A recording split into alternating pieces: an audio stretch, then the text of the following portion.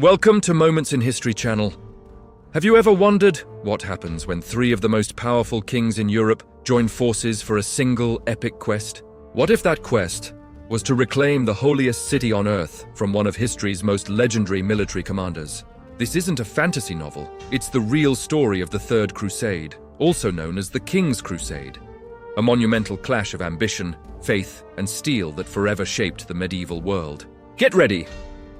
Because we're about to dive into the epic saga of Richard the Lionheart, Philip of France, and Frederick Barbarossa as they march against the formidable Saladin. To understand why this crusade was so critical, we need to rewind a little to the year 1187. The Crusader states, established by European knights almost a century earlier, were in a precarious position. For decades, they had held onto a sliver of land in the Middle East, but their internal squabbles made them vulnerable. Meanwhile, a brilliant and unifying leader had risen in the Muslim world, Salah al-Din Yusuf ibn Ayyub, known to the West as Saladin. He wasn't just a warrior, he was a master strategist and a charismatic ruler who united the fractured Muslim territories of Egypt and Syria under his banner. His life's mission was to expel the Franks, as the Crusaders were called, and restore Jerusalem to Muslim rule.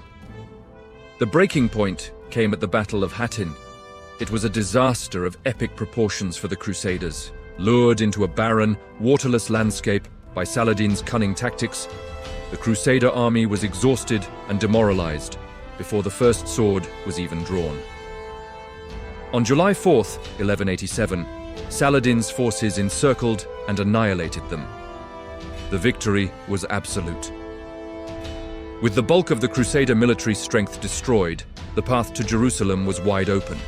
Just 3 months later, Saladin marched to the gates of the Holy City. Unlike the brutal sack of Jerusalem by the First Crusaders in 1099, Saladin showed remarkable restraint. He offered terms of surrender, allowing the citizens to ransom themselves and leave peacefully.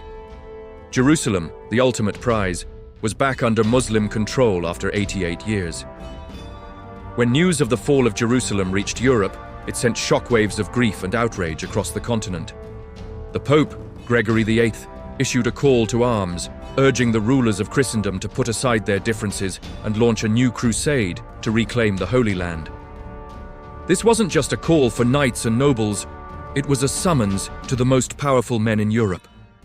Answering the call were three monarchs whose names echoed through history.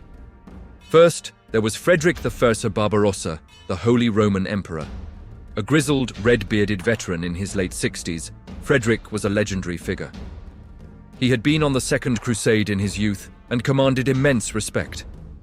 He gathered the largest and most disciplined army of the three, a massive force that marched overland through Hungary and the Byzantine Empire. His plan was methodical, his leadership unquestioned. The sheer size of his army terrified his enemies and inspired hope throughout Europe. It seemed as though nothing could stop him. Next was Philip II Augustus of France. Young, shrewd, and politically astute, Philip was more of a calculating statesman than a frontline warrior. His primary motivation was complex. While he was committed to the crusade, his rivalry with the King of England was always simmering in the background. He saw the crusade not only as a holy duty, but also as an opportunity to assert his power and potentially gain an advantage over his English rival. And that rival was, of course, Richard the Fur of England, soon to be known as Richard the Lionheart. The charismatic, battle-hardened son of Henry II and Eleanor of Aquitaine, Richard was the very embodiment of the chivalric warrior king. He was a brilliant military tactician and a fearsome fighter who lived for the thrill of battle. For Richard, the crusade was the ultimate adventure, a chance to win immortal glory and fulfill his sacred vow. He poured the entire resources of the English kingdom into funding his campaign, famously saying he would have sold London itself if he could find a buyer. So the stage was set. 3 kings, 3 armies, 1 goal. The Kings Crusade was underway, but as you can imagine, getting 3 massive egos and competing national interests to work together was never going to be simple. The crusade was plagued by challenges from the very beginning. Frederick Barbarossa's massive German army was the first to set out.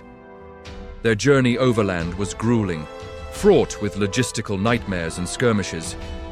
Yet, under Frederick's experienced command, they overcame every obstacle. They successfully crossed Anatolia, defeating a Seljuk army that stood in their way. It looked like this formidable force would arrive in the Holy Land and change the entire dynamic of the war. But then, tragedy struck. On June 10, 1190, while attempting to cross the Salif River in modern-day Turkey, the elderly emperor fell from his horse and drowned. The exact circumstances are debated, but the result was catastrophic. The heart and soul of the German army was gone. Leaderless and demoralized, most of his soldiers turned back. Only a small broken remnant of the once mighty force eventually made it to the Holy Land. The Crusade had suffered its first major blow before it had truly begun. Meanwhile, Richard and Philip decided to travel by sea, a safer but more expensive route. Their rivalry, however, cast a long shadow over their partnership. They wintered in Sicily, where tensions flared over political and personal disputes. Richard's impulsive and arrogant nature clashed with Philip's cautious and calculating demeanor. They managed to patch things up, but the cracks in their alliance were already showing. Their first major objective upon arriving in the Holy Land was the port city of Acre. This strategic city had been under siege by the remaining Crusader forces for nearly 2 years. It was a brutal, grinding stalemate. The arrival of the French and English armies, with their fresh troops and advanced siege weaponry, breathed new life into the Christian effort. Richard, in particular, electrified the campaign. He was everywhere, directing the placement of siege engines, leading assaults from the front lines, and even offering prize money to soldiers who dislodged stones from the city walls. Despite his battlefield prowess, it was his rivalry with Philip that dominated the camp. They argued over strategy, spoils, and the future kingship of Jerusalem.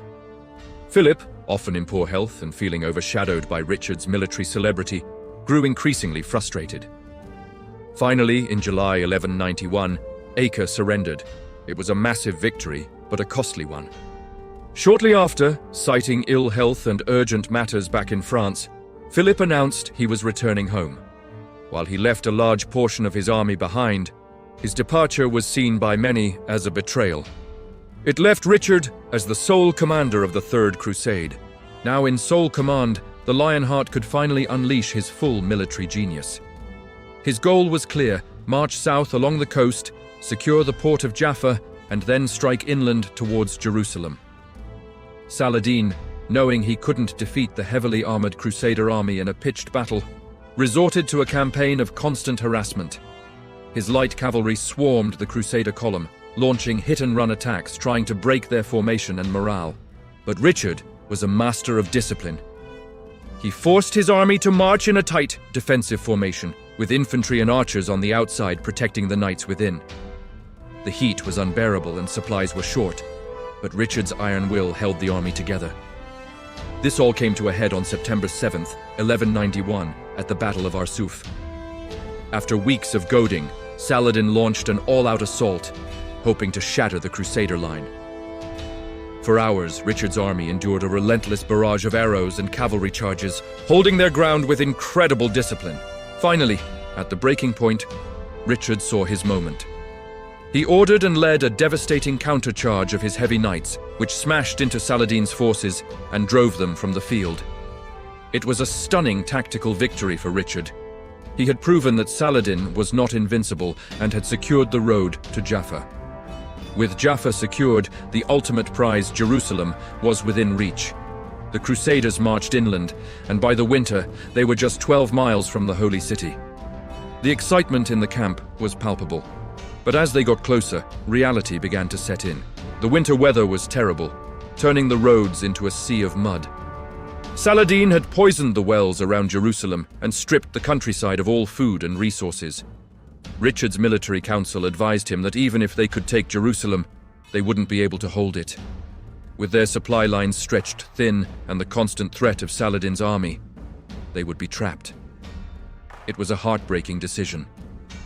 Richard, the great warrior, had to accept a bitter truth.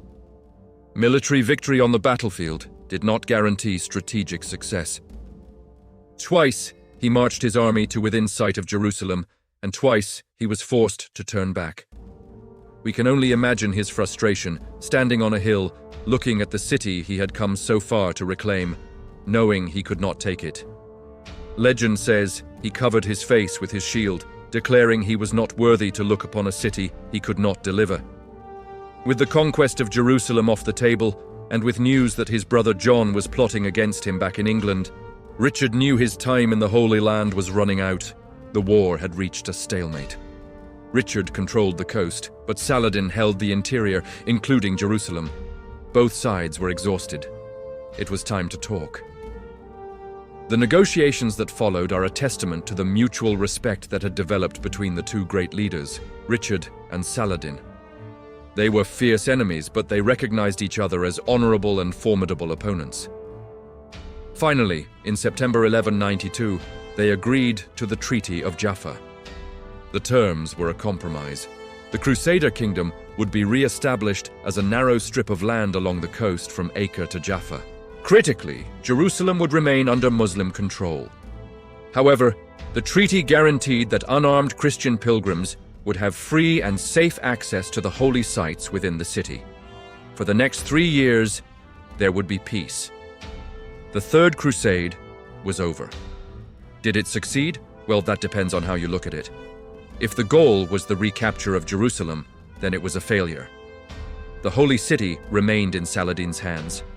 But the crusade was far from pointless. It had successfully reversed the tide that was running against the Crusaders after the disaster at Hattin. It recaptured key coastal cities, secured the survival of the Crusader states for another century, and negotiated safe passage for pilgrims. In the grand narrative of history, the Third Crusade stands out as a dramatic clash of titans. It cemented the legendary status of Richard the Lionheart as the archetypal chivalric hero, and it solidified Saladin's reputation as a noble and magnanimous leader. It was a story of immense faith, incredible bravery, bitter rivalries, and ultimately, a pragmatic compromise. It showed that even in an age of holy war, diplomacy and mutual respect could find a way. The King's Crusade may not have achieved its ultimate objective, but its legacy, and the stories of the remarkable individuals who led it, continue to fascinate us to this day. Thank you so much for joining me on this journey back in time. If you enjoyed this deep dive into medieval history, please hit that like button and subscribe to Moments in History channel for more epic stories. Let me know in the comments section what historical event you'd like to see covered next. In the meantime, stay curious and enlightened.